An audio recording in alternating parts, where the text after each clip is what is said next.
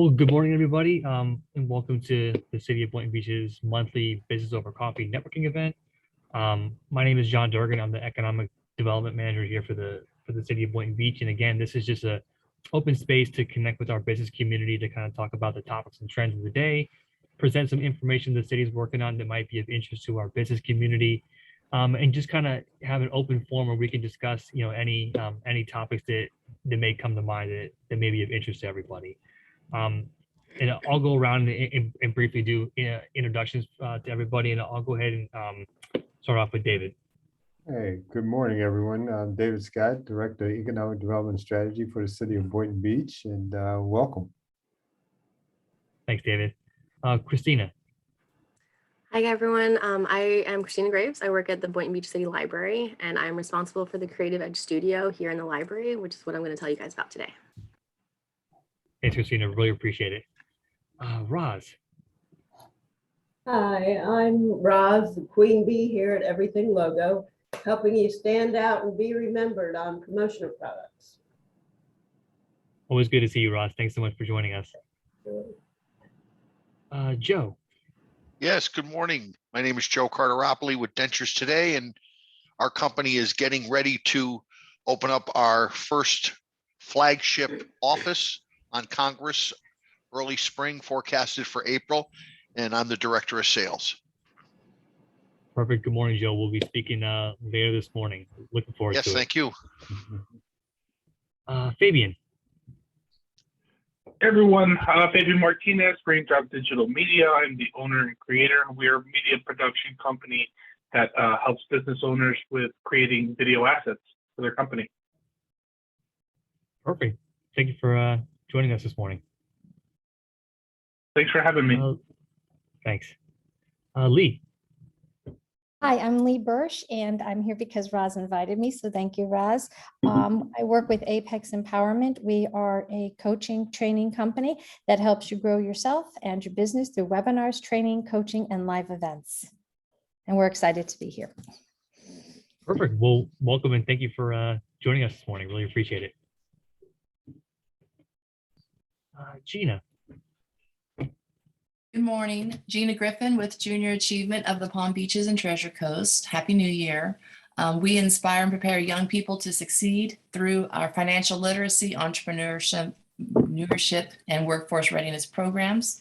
And we have a lot of impact in Boynton Beach. And so I enjoy these meetings. Thank you. Thank you, Gina. Always good to see you. Cassandra. Good morning, everyone. I am Cassandra Corbin Thaddeus, and my nonprofit is Connect to Greatness, where we empower and inspire African-American Black boys to become leaders and change makers in the world. And thank you for having me. Thanks, Cassandra. And I see that she's joined us. Laura, we're just doing quick introductions if you want to introduce yourself. Hi, this is Laura Landsberg, Assistant Director of Marketing and Events for the city. I just wanted to pop on quickly and inform everybody that there will be a free concert this Friday, which is tomorrow, at Centennial Park, right outside City Hall. The band is going to be The Groove, which is Florida's hottest funky party band.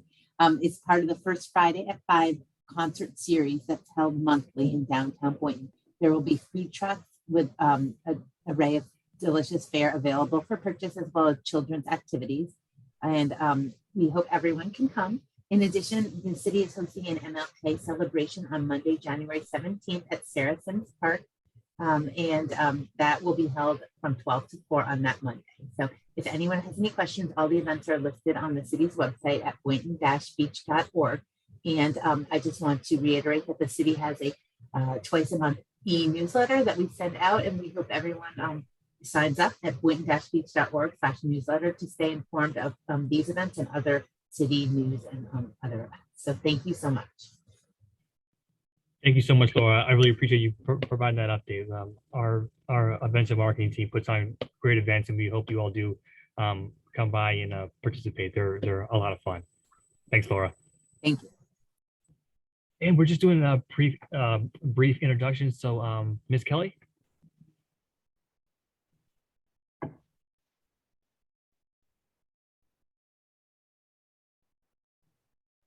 If not, we'll go on to Miss Courtney Williams. You want to just do a brief introduction?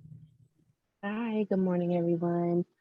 My name is Courtney. I am a doula and a lifestyle manager, and I'm just curious to see what we all have going on. I hope everyone's business prospers this year, and yes.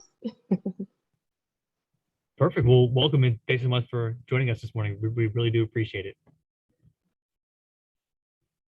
Perfect. So I think we did the introduction, so I'm going to go ahead and kick it John? over to Christine. Yeah. Well, before you do, Kim, it looks like Kim just connected the audio if she's available. We could try her one more time before you go on. Yep. Kim, are you there?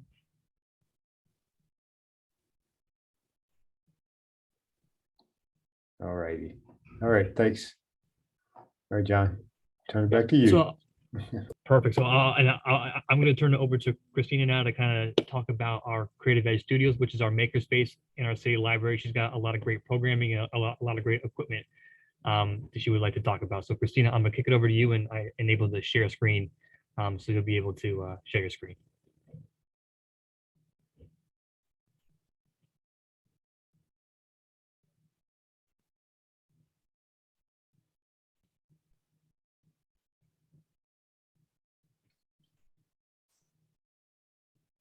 I was muted. Sorry. Can you see my screen okay? Yep. Okay, great. Into slideshow. So I just want to welcome everyone to the Creative Edge Studio. It's a space for technology assisted creation. It's like a DIY space, a maker space.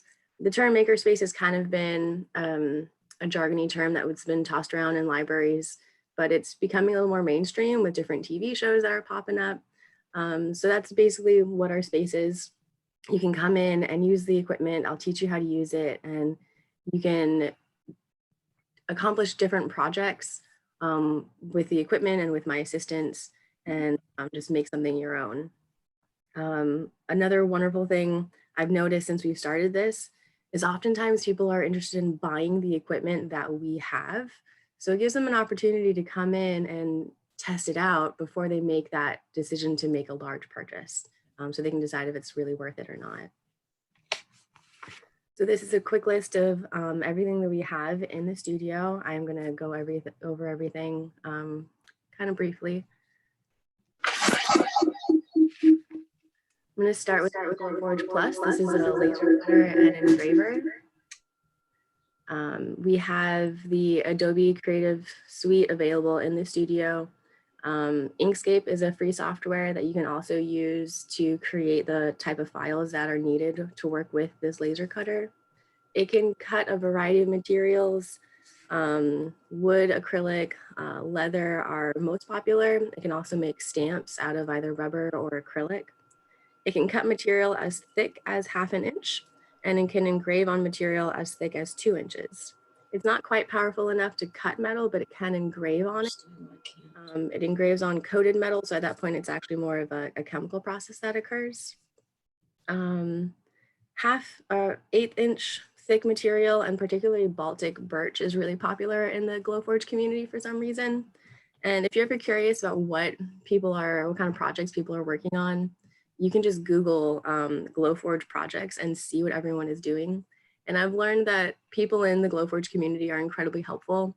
And there's a whole forum that you can access and ask questions, and they'll help you troubleshoot, and because they want you to be successful as well. And that's something that I just thought was really wonderful. Here's an example of projects that I have seen online and that we've done in the studio. We can do photo engraving. You just take any photo, turn it into grayscale, and the Glowforge understands that it's a photo, and it turns out really well. I also did my sister's dog at one point.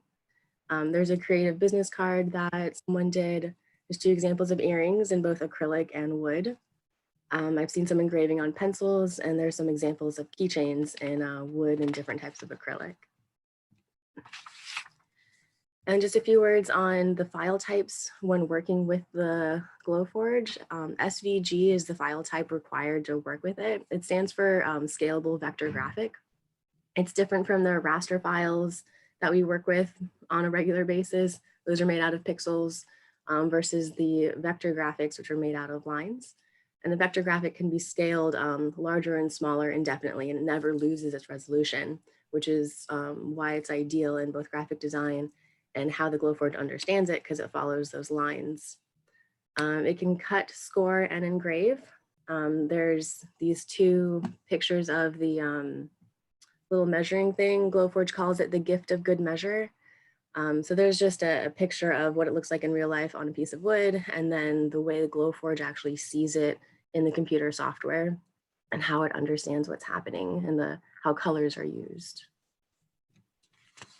We also have a 3D printer. We have a Dremel 3D45. For a 3D printer, a file type is called an STL. These can be found online, either free or for a price. Thingiverse and Colts 3D are two. But there are a lot of more places where you can find 3D files. Tinkercad and Blender are just two examples of software that can be used if you're creating a 3D object from scratch. I don't have a lot of experience with that, but there are people who are really good at it, and there's lots of resources online that you can learn such things. If anyone wants to submit a 3D print to the library, we have a form on our website. If you just go to our website and then under Creative Edge Studio, you just fill out the form, and we charge 10 cents per gram, and we try to restrict prints to 4 hours. 3D printing is really fun for prototyping or just making a fun keychain. You can put your logo on it. There's a lot of different stuff that you can do with it. And then here's some just examples of 3D printing. The reddish pink one is an example of a 3D print fail. Sometimes accidents happen and it doesn't really work out the way you want it to. And that's just a fact of life, especially with 3D printing. Something can go wrong or nothing can go wrong, and then it'll still mess up. And then the owl skull is just an example of kind of the process. The black and white first image is us finding it online. And then the blue skull is the process of, it's called slicing, where you get it ready in the software so that the 3D printer will understand it. And the pink bits are supports. Sometimes you have to print these supports to help the printer print it successfully, so you don't have anything fail and mess up. You don't have a ball of filament in the end. We have a 3D scanner. This works in conjunction with a 3D printer. You can scan an object that you already have and create that STL file that can then be printed on the 3D printer. A recent project I did was someone lost a game piece. So they brought me a duplicate of that game piece. I was able to scan it on our scanner and print a duplicate for them that looked pretty much identical. It was really fun.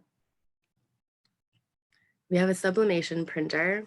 Sublimation is the process of transferring images to a variety of materials using a carrier material. That carrier material is the ink from the printer and the paper. It's special ink and special paper. The image is printed and then infused into the substrate, whether it's a coffee mug, like the picture there that I included, the picture of Loki, or clothing. The ink is truly transferred, it's infused into the object. So in that coffee mug, it's dishwasher safe, it won't fade. Same thing with clothing, they can go in the washing machine. The term sublimation blank is the term used for compatible materials.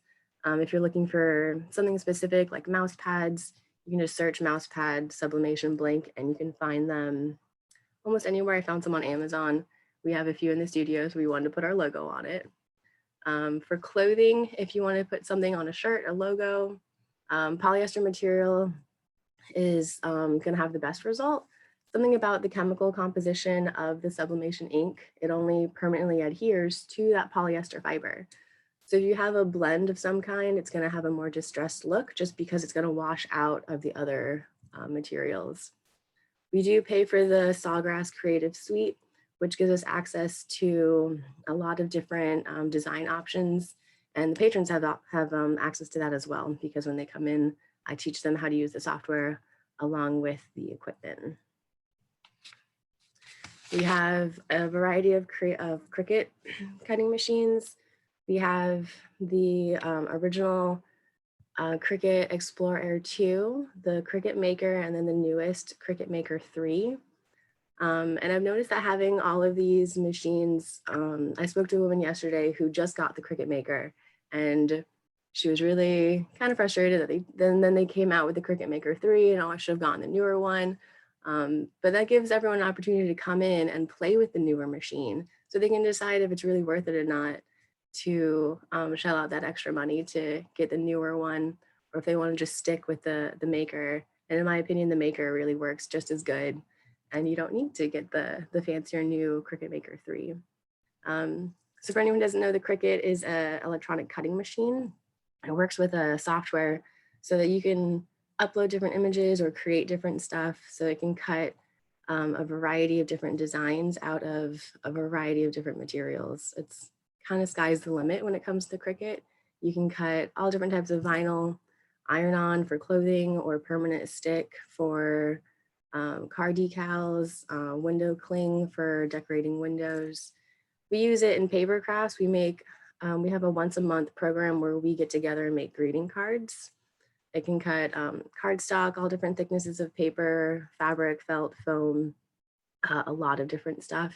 And we pay for the Cricut Design Space annual subscription. So the patron also has access to all of the different images that Cricut has for access. And we do have this machine available for anyone who already knows how to use it at the customer relations craft table.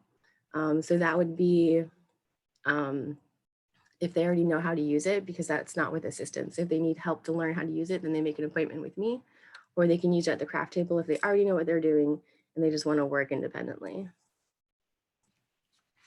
We also have all the Cricut heat presses and the mug press. The mug press works in conjunction with the sublimation printer. The coffee mug that you guys saw, that was done, printed the image on the sublimation printer, but then we used it with the mug press to infuse it onto the mug. These aren't available at the craft table up at customer relations just because of the temperature of everything. So you just have to make an appointment and come to the studio so we can do it in a safe space and make sure nothing goes wrong. We have an iMac in the studio as well. We have the Adobe Creative Suite available, and it's connected to our wide format art printer and the artist tablet. The wide format Giclée art printer has 12 ink tanks, so it's capable of color matching an artist original, so that you can print replicas. It prints very high quality prints. We have 7 different types of paper available, so depending on your end result, the satin canvas gives it a beautiful, like, it almost looks like it's freshly painted. So an artist replica would want to go for the satin canvas if they're wanting to selling duplicates. Or if you're just printing photos, any of the fine arts or the photo paper also have a wonderful finish. The water resistant matte banner is it's from Canon, and they guarantee it for 6 months outdoors without fading. I don't know how reliable that is in the Florida sun, but probably close enough. It's connected to the iMac, and you can either just print your PDF, your PNG, or you can make alterations in any of the Adobe software to finalize your print. And then the artist tablet's connected to the iMac. It's a screen mirroring device. So from the iMac, you can open up any of the Adobe softwares, Illustrator or Photoshop, and then you open it on the Wacom artist tablet. It has a pressure sensitive pen, so it can help you finish out or make any adjustments. It just makes it feel more natural because you can actually like brush stroke with the pen to make any adjustments or tweaks or to create something original. We have an embroidery machine.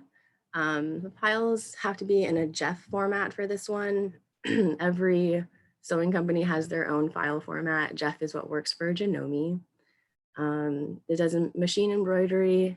It can embroider a variety of different materials. Experience is required for making patches and applique. And some sewing knowledge is required for using the embroidery aspect. We've learned that this is an incredibly involved process, and we're still trying to figure out some of the nuances to how embroidery works and to get a really clean finished product. We just started doing sewing classes about 2 months ago. We have the Brother Pacesetter 500. We have 5 of these machines. They have a bunch of awesome features. And for anyone who already knows how to sew, they are available at the customer relations craft table. And you can get started in our sewing classes so that you can then reserve it out at the front as well. So that's the Creative Edge Studio. There are some fees associated for any library's material used during an appointment. And then for the sewing and embroidery, we ask that the patron provide their own thread, stabilizer, and their project pieces for that. So if you have any questions, we can talk about that. And I can turn this off.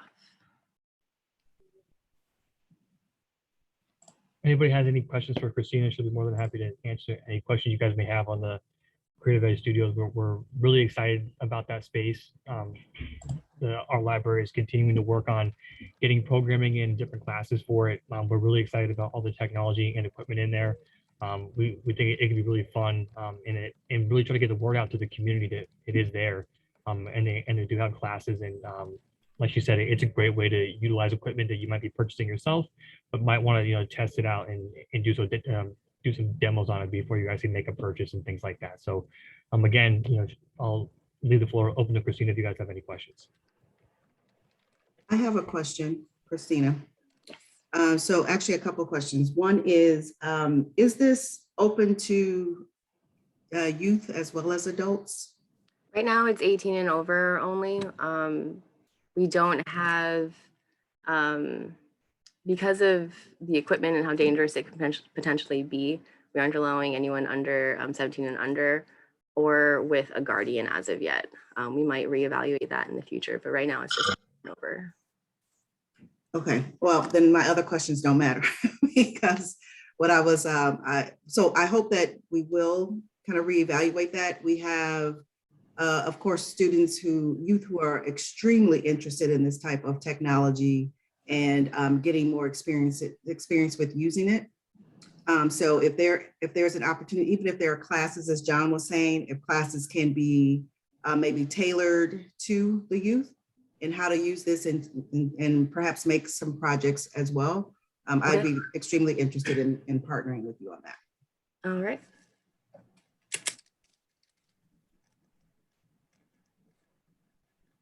Hi, sorry for jumping in here. I'm Maddie, I'm the library's marketing and outreach manager. I did want to mention the youth library does have a virtual zone of its own. It's not as robust as this one, but from what I understand, it does have a 3D printer and it actually has a full recording and sound booth too with professional equipment that youth can use to record podcasts, voiceovers, and then there's editing equipment, iMac and stuff. So there are some technologies in the youth library that teens can use to, expand their skill set. So I did just want to mention that. Thank you, Maddie. That is super helpful. Yeah. And is that by appointment or? I think it is, but all they would have to do is just come to the youth library, ask a staff member, and they can get them hooked up with using the virtual zone. There's also a piano in there too, if they want to practice their skills. So yeah. Awesome. Thank you. I appreciate it. Sorry to jump in, Christina. Yeah, I appreciate that. Yeah. Just quick question. So each project needs to be quoted basically. I mean, as far as the fees involved. To an extent, machine and yeah. Right. I have all the fees worked out on a spreadsheet. So like if you're working on the Glowforge and you're using our wood, depending on the type of wood, it ranges anywhere from 15 to 20 cents per square inch. So it would be on the size of your final product. Prices for using 3D printer are 10 cents per gram. So I just weigh the final print and we go from there. And I can send out all this information. I always send a follow-up email with everybody's contact information, just kind of wrap up the meeting. So I'll attach that spreadsheet in there so we can have all those prices in there if you guys are interested. I can provide that information, John. Thanks, Christina. Any other questions for the library? All right, well, Christina, thank you so much again for taking the time out to let everybody know about the Creative Edge Studios. Again, it's a really exciting space here for the city, and we do want to spread the word about it. And Christina does an amazing job of programming it out and understanding the equipment and technology, because it's not easy. So again, thank you so much, Christina, for your time this morning. I really do appreciate it. And thank you, Maddie, for popping on as well. Thanks for having us. Thanks, everybody. So I think what we're going to do next is just give everybody a brief overview of our American Rescue Plan efforts. You might know it as ARPA. I'm going to run through a brief presentation that we provided to the City Commission. We did do a presentation to the City Commission this past Tuesday because we had some items approved for them. And I'll give you a timeline of what our next steps are, how much funding we have available, and things like that. So I'm going to go ahead and start that presentation for you, and it'll be brief.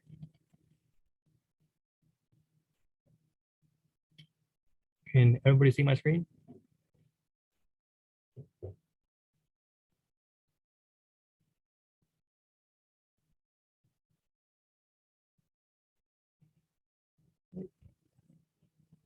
You guys can see the screen, correct? Okay. Yes, we can see it. Perfect. Yes. Want to make sure. So again, just we'll do a brief overview of the American Rescue Plan Act. It was signed into law by Congress and the President March 11th of 2021. It was the latest stimulus bill to help with the COVID-19 pandemic, the recovery. And you can see there what the intended use of the funds are for. It's just an overview. The city was allocated from the federal government around $13.6 million to really help with the public health crisis, the negative economic impacts due to the public health crisis. We can use it to replace any sort of lost revenue the city experienced because of the pandemic, premium pay for essential workers, and it can also be used for investments in water, sewer, and broadband infrastructure. This is some of our outreach we did because one of the things the city really wanted to focus on was reaching out to the community and the public to understand what those true needs were. We didn't want to make any rash decisions and just think, as staff, we think the money should be spent this way, bring it to the commission to be approved. We really wanted to get that input from the public of what their needs were, what people were still experiencing because of the pandemic. We know we're still in the middle of a pandemic, and some of those economic challenges are still there. Some of those health challenges are still present. So we really wanted to reach out to the community and understand what those needs are. And this is the master spending plan that the city commission approved. These are the 5 buckets that we decided to focus the funding on. $2 million for the economic stability and resilience, $2 million for housing, $1.5 million for educational opportunities and job skills development, $1 million for healthcare access and health outcomes, and then $500,000 for criminal justice and safety.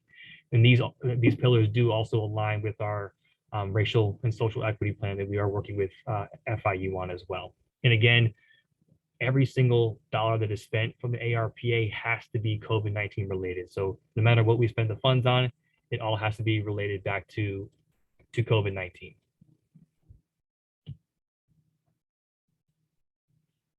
So the 2 items that we were looking for the city commission to approve this past Tuesday were notices of funding opportunities.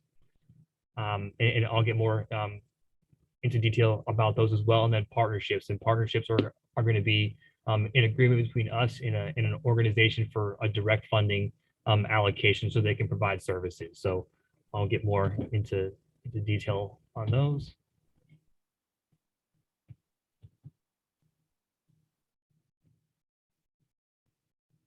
So again, these are all just brief overviews of what each of those pillars mean: economic stability and resiliency, really trying to impact really focus on small business grants and loans, helping those individual households with the economic challenges they have experienced due to the pandemic.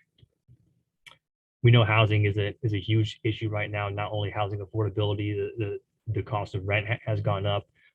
Individuals who maybe were furloughed or lost their job have experienced some of those economic impacts. So we've budgeted money strictly for housing efforts here in the city. Educational opportunities and job skills development is huge, not only for our students who have been, impacted due to the virtual learning and that lapse of schooling in person. We also understand workforce development is a huge opportunity here.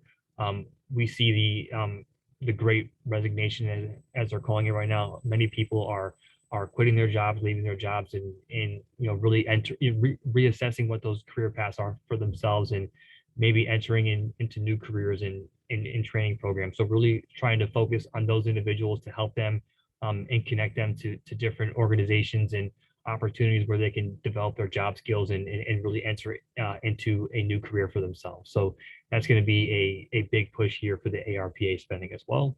John, before you move on, let me just add, and John's done a great job of presenting the ARP process framework, and he'll get into the notice of funding, as he mentioned. But we bring this to you because you, as our business community, have been our great partners on a lot of the initiatives that come out of the city. In fact, we've counted on you to help us develop that and also disseminate a lot of the information. But as you go through these and you see these definitions, go to the previous one, John, just for a second, if you could. I don't know if you could back up. Oh, okay, good. I would have messed up, so that's why I had to put it out there. So you see things like mentorship programs, literacy programs, art enrichment programs, entrepreneurship training. These may be in your wheelhouse, or somebody who fits into that service and is a service provider in that area. So as John goes through these, please take these definitions to heart, because as John gets into these later, you'll see where the city is pushing out the $7 million to providers, both private and for-profit, nonprofit and for-profit providers, to provide services to the community. So I just wanted to put that out there, because it is important for you all to hear this presentation and to help us get the word out and get responses back for our community. So thank you. Sorry, John. No, you're good. Those were all great points, David. Thank you for that input. And I'll get more into the notices of funding opportunities and some of those partnerships and what our actual budget looks like. But again, healthcare outcomes. So this is going to be the vaccination programs, incentives for vaccination programs, testing, contact tracing programs, making all of our spaces social distancing and really making them safer for the public. So this is one of the other buckets that it can be used on as well. And other health programs. This could be recreational opportunities. The Treasury, where all the final rulings came from, left a lot of these things broad. We know mental health has come up time and time again. The pandemic has really impacted individuals from a mental health standpoint. So we can focus the funds on that as well. So there's many ways that we can use the funding from a healthcare standpoint. And last but not least, criminal justice and safety. We have $500,000 budgeted for these types of programs as well. In the funding, this is a budget of what we have used the funding on already and what we plan on using it for in the future. And then obviously what's still available. Again, we got just over $13.6 million from the federal government. We've already used some of the funding on a housing study that our planning and zoning department has worked on.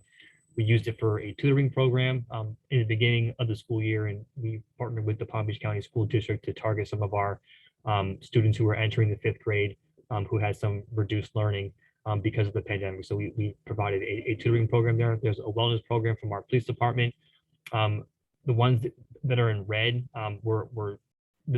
all those funds haven't been spent yet. We're in the process of spending them. We had a vaccine incentive, so we did it. Hold an event for individuals. If they received the vaccine, they would receive a $100 gift card. We did use it 1.9 for revenue loss for the 2020 budget, the 2022 budget. We're working with Pathways to Prosperity to help our residents who are struggling to pay rent with a rental assistance program. We're paying for a position over there to help administer the county's rental program. Again, and then the city commission, and these are all city commission approved.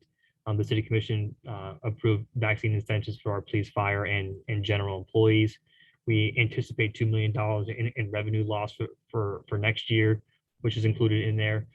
We provided $500,000 to the Wells Landing project on MLK, which is an affordable housing project we're really excited about. And then the city commission did provide premium pay for city staff, the total of $1.5 million. And then we have a project manager, Carice Lejeune, who is going to be running this ARPA program. And when I say running, when we do start issuing funds to different nonprofits and for-profits, there's a lot of tracking and guidelines that they have to follow, that we have to follow up on. We have to report quarterly to the federal government on what we're using the funds for. So she's going to be managing all of these projects. So she has a large task ahead of her, but she's done an amazing job so far. With all those costs and expenses, that still leaves us with just over $7 million left to spend. And this is going to go directly into the community. These are the 4 items that we presented to the city commission this past Tuesday. What NOFO stands for is Notice of Funding Opportunity. We have $7 million, and that $7 million is going to be minus the 345, the 60,000, and the 43.5, which is going to round up to 50,000. So we're just going to have just over around $6.5 million that we're going to issue a notice of funding opportunity for any of those 5 pillars that we talked about: the economic stability, healthcare, housing, education, and criminal justice and safety. We're reaching out to both nonprofits and for-profit organizations that have any sort of program they would like to implement, any sort of project or service they're providing in one of those areas. We're going to issue a notice of funding opportunity. Those are actually going to be available this Friday, which is tomorrow. And they'll be available on the website, and I'll show you exactly where they're going to be available. But those are going to be advertised starting on Friday. We're going to open those up for a month, so I'll get into the timeline of how long that'll be open for. But the funding opportunities will be available starting this Friday, and all the NOFO documents will provide all the information you'll need to know. And we're also going to have a workshop to kind of go over that application as well. But the City Commission also did approve a notice of funding opportunity. We are also looking for an organization to administer a small business assistance grant program on our behalf. The city created a small business program the commission did approve to provide up to $10,000 grants to small businesses who can demonstrate that they lost revenue due to the pandemic. Each business must have between 1 and 25 employees, have annual revenues of less than $3 million, and have documentation that they can demonstrate that they did lose revenue due to the pandemic. And the business had to be opened prior to March 1st of 2020, which is before the pandemic really kicked in. So that program is going to be available probably in May.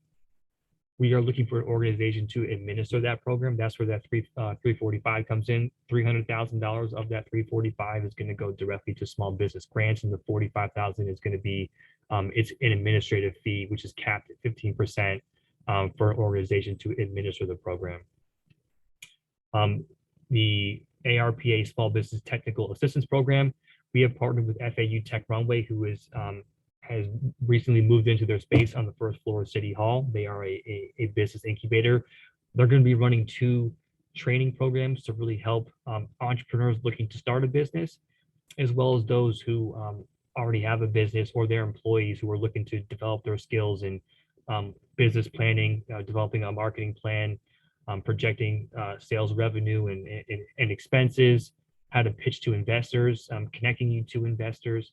There are 2 all-encompassing programs. One's called their market validation program, which is teaching organizations and businesses how to how to understand who your true customers are and how to add value to those customers. And then their entrepreneurship boot camp, and both those training programs will take place here at City Hall. And the $60,000 goes to scholarships for 100 individuals to participate in both of those programs. So we're just basically paying the fee for individuals to participate in both those programs. We're working very closely with FAU Tech Runway to program those out and get those to Boynton Beach residents and Boynton Beach-based businesses. So we're really excited about that. We're hoping on top of the direct funding that really this technical assistance can really help those businesses either revamp and develop strategies to mitigate some of the worst effects of the pandemic. So we're really excited about that program, and this is going to be going on throughout the remainder of this year. And then last but not least, that 43.5 for the Boynton Beach Elementary School programs, that was rounded up to $50,000, and these are going to support programs that our elementary schools have submitted proposals for, that they're looking to fund some after-school programs that involve the STEM and STEAM programs, as well as some enrichment programs to help kids with their mental health, help them get physical activities after school that these schools didn't have funding for originally.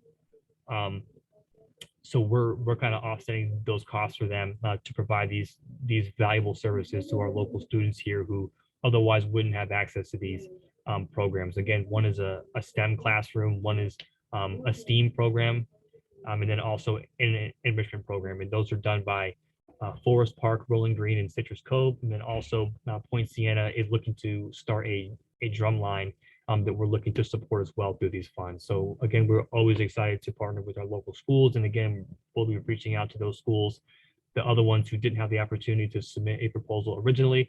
We're going to reach back out to them as well to see if they have any programs they would love to implement, but they just don't have the funding for.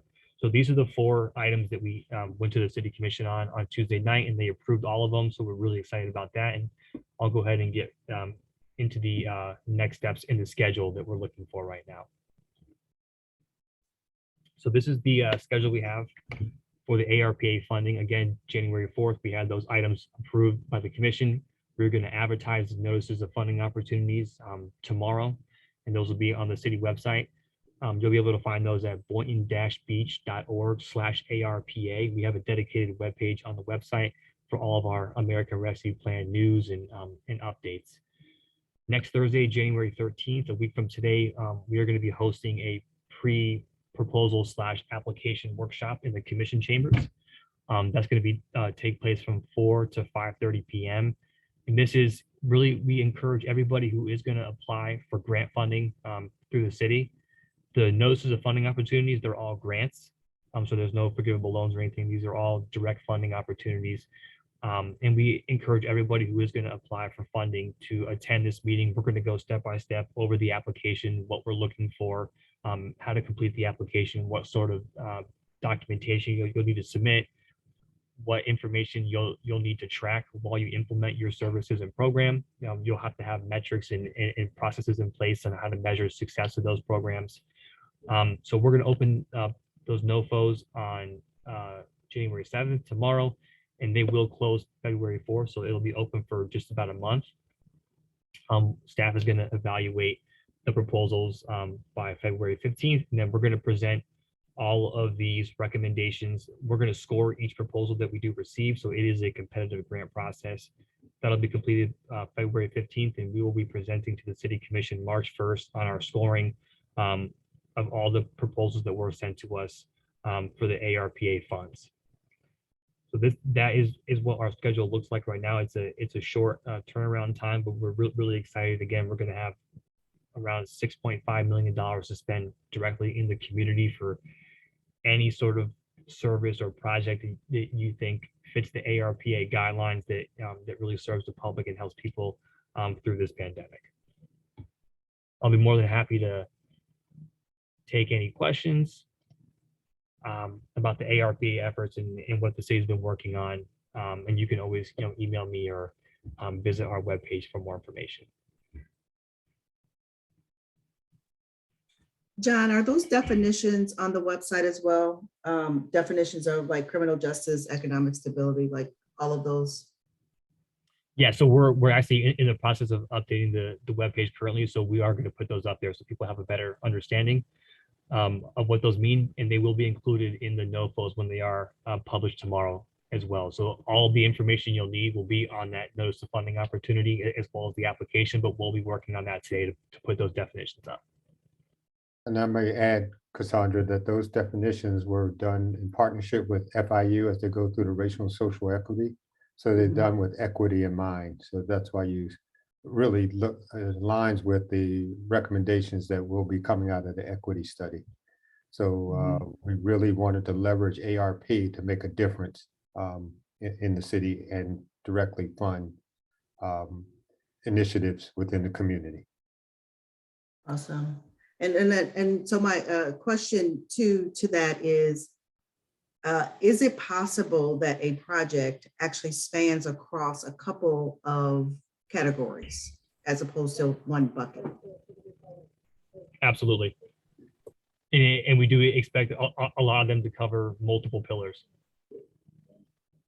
And that I'm guessing that application is structured so that would be that we'd be able to identify. Yeah, we made it easy. You've got little check boxes, so you'll be able to check multiple check boxes and let us know that you're addressing more than one of those pillars. Thank you. Mm-hmm.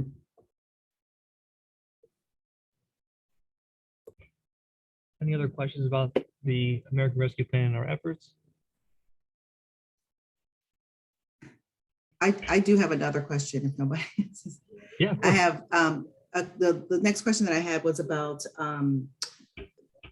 is the city looking for partnerships in these projects, or I just want to know if that's a priority or Yeah, so good, John. Yeah, no, David, go ahead. No, I was going to say certainly we are looking for partnerships, and if that makes your application stronger. ARP also supports those types of partnerships and values those. So we will be looking for partnerships across nonprofits, partnerships with the community directly, and score those accordingly. So I know, John, you wanted to add to that? Yeah, no, David, you mentioned it. Yeah, just once we do score those proposals and we do bring it to the commission, we do enter into an agreement and a partnership with each one of those organizations. The partnerships with Tech Runway and in the schools were just direct funding allocations that we wanted to get approved because they made that a priority from what the commission told staff that was their priority. But right now we're going to focus on those NOFOs and have that competitive grant process. And once we do select those organizations, we do enter into a partnership with those. And I may add, Cassandra, that the commission also directed us to give preference to nonprofits. So while it's open to nonprofits and for-profit, they would like to give preference to nonprofit. Great, thank you, David. And I see Ms. Roundtree, you have a question? Hi, good morning. What is the timeline for the programs to be implemented? So I think the funding, you get the funding out in March. So what is the timeline, as far as how long the specific organization will have time to spend the money? Is it within a year, 2 years, 3 years? Yeah, that's a great question. I'm glad you brought that up. So how it works is the city is going to receive all of our funding in two what are called tranches, so allocations. So we already received half of the money already back in May of 2021, and then we actually received the second half of that money in May of 2022. So there's half of that money we don't physically have right now. What the plan is to bring this back to the commission with all the recommendations of who they want to fund. Again, staff can make the recommendations. It is 100% up to the city commission who they want to fund, how they want to fund, for how much. The commission will decide who they're funding, and then we have to enter into negotiations and enter into an agreement with each organization. And again, the funds won't even be available until May. The city has 4 years to allocate the money, and then has 6 years to encumber all the money. So we have years to spend the money, but once we do select those organizations and the commission approves it, once we do receive that funding and the agreements are in place, we'll distribute those funds. So we have multiple years to actually implement the programs. Hope that answers the question. Thank you. Of course. Great question. Any other questions about the ARPA? In If you addition don't to have that, any, I just want to add to that, John, before you drop off. We also look at sustainability because we know these, these funds are finite. So we will also consider if you, as you respond, that you have a sustainability plan in place to say, once these funds are exhausted, that you have some way of continuing the your operation, if that's what you're proposing. So we also will be looking at your sustainability plan. yeah, that's a great point, David. And we do sometimes forget to mention that, but when we do allocate these funds, it's like they're finite, so we only have a certain amount to spend, and this is kind of a one and done allocation. So we want the organizations to show, all right, once you do get this funding and implement these programs or services, how you're going to sustain those programs for the long term. That's a very important point, David. Thank you for bringing that up. And of course, if you guys have any questions, you can always contact me. If anything does come up, I'll be more than happy to answer those questions. And if now I will open the floor up to anybody who has any comments or questions about anything they want to discuss. We have about 8 minutes left. I will leave this as an open forum.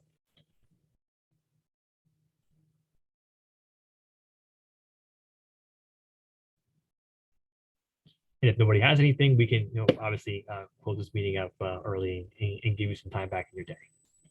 I have one question, John, about the tech runway. Yes. You mentioned the scholarships. I just didn't hear when they would be available.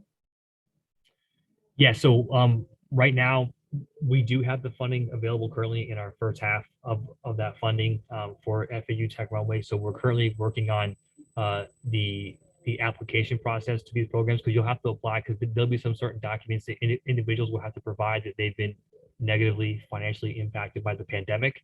But it won't be difficult information to submit, but there's a brief application, and we're working through that process this week and next week with Tech Runway. And once we finalize that agreement, we're hoping to get this turned around pretty quick, because their first round of these training programs, their market validation program and the entrepreneurship bootcamp, are starting in late February, early March, when their first ones kick off here at City Hall. So we're hoping to get some individuals into this program as a part of the ARPA funding. So we're hoping to get that turned around pretty quick. And when we do have all the information available and the application ready, we're going to blast that out to everybody so they can participate. And just to break down, the entrepreneurship bootcamp costs around $500 per person, and then the MVP program costs around $100. So if you allow individuals to participate in both of those programs, it'll be $600 per person for 100 individuals, and that's where that $60,000 comes in. Again, you don't have to participate in both of them. We wanted to have that option available for those individuals, but we're hoping to, in the next month here, to get that turned around. And again, if you can, you all are our partners on these projects. If you can, while we hope that you avail yourselves of all these opportunities, you definitely want these opportunities to benefit you on this call, because you're our good friends. But you also can help us get the message out and get more participants into the city to participate, because it really is about the bigger business community as well as the residents of our city. I just wanted to add, as we continue to talk about equity, and you've heard me say this many times before, that we really are trying to create the city where everyone sees themselves as part of the future of the city of Boynton Beach. So equity includes, and we've identified a couple of our groups, seniors as well. And John talked about some of our seniors as the struggles they're going through. Our youth, Cassandra is really one of those champions for our young people who tend to get forgotten or not listened to. Of course, our African-American population, our Caribbean population, our Latin population, our Asian population. Did I miss any, John? LGBTQ. So really we're talking about, and our disabled, those people with disabilities. So really when we talk about equity and you look to respond to these notice of funding opportunities or any equity opportunities that we put out there, or challenges or requests, we're really talking broadly and really think of it as how do we address the community as a whole so that everyone does see themselves. So when I go out as a business leader or marketing the city of Boynton Beach at some of our conferences for economic development, I want to hold up Boynton and say, no, your employees would love to be here. You need to bring your business here. We're going to attract the right residents here. And this is a shining example of what Boynton Beach is all about.